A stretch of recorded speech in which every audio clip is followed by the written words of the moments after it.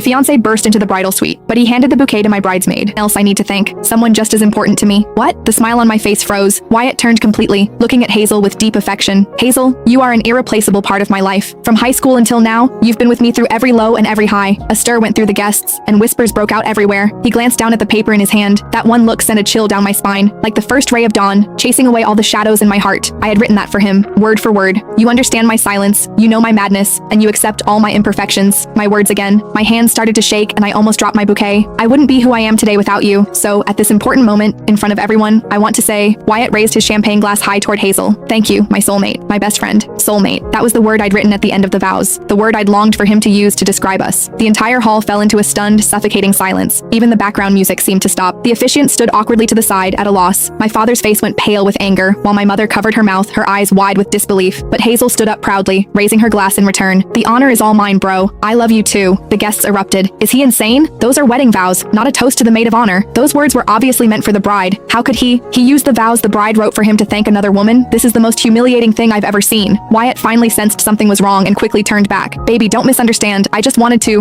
what? My voice was ice. You wanted to use the vows I wrote for you to thank another woman? He was in a full-blown panic. No, that's not it. I feel like Hazel is really important to me too, and I wanted her to know how grateful I am. And what about me? I finally cut him off, the tears starting to fall. Those words were meant for me. The promises I spent a week writing for you. You just handed them over to her? My voice trembled uncontrollably. Wyatt, do you have any idea what wedding vows mean? They are a promise for a lifetime, to me. Wyatt, do you have any idea what wedding vows mean? They are a promise for a lifetime to me, and you turned them into a toast for your best bud? Like the first ray of dawn. Soulmate. My voice broke, but it was laced with a chilling cold. Those were the words I wanted to hear from you. I took a step closer, tears pooling in my eyes but refusing to fall. But you said them to her, in front of 300 people. The color drained from Wyatt's face, leaving it ghostly white. He opened his mouth to speak, his panicked gaze shifting between me and Hazel, finally landing on the crumpled vows in his hand. It was as if only now did he understand the weight of that thin piece of paper. I just thought the words were beautiful, and you wanted what? I cut him off with a cold laugh. You wanted everyone here to know that in your heart, Hazel is more important than me? I took a sharp step back. My fingertips were ice as I ripped the lace glove from my left hand and threw it at his feet. Or did you just want to make it crystal clear to everyone who the real star of this wedding is today? Below the stage, a wave of gasps and hushed frantic chatter created a low hum. Just then, a figure pushed through the guests and strode onto the stage. It was Noah. He stood between Wyatt and me like a mountain, his broad back shielding me from Wyatt's face, which was a mask of regret and panic. He didn't even glance at Wyatt. His voice was low and firm as he declared, "That's enough, Wyatt." Then, he turned his head slightly, his gaze landing on me, holding a flicker of warmth you could almost miss. Stella deserves better. Those 3 words left Wyatt frozen in place, like a puppet with its strings cut. His eyes were hollow as he stared at the paper in his hand, at my handwriting, at the vows he had spoken aloud, only to crush them underfoot, the promises that held all of my hope. Stella, I'm so sorry.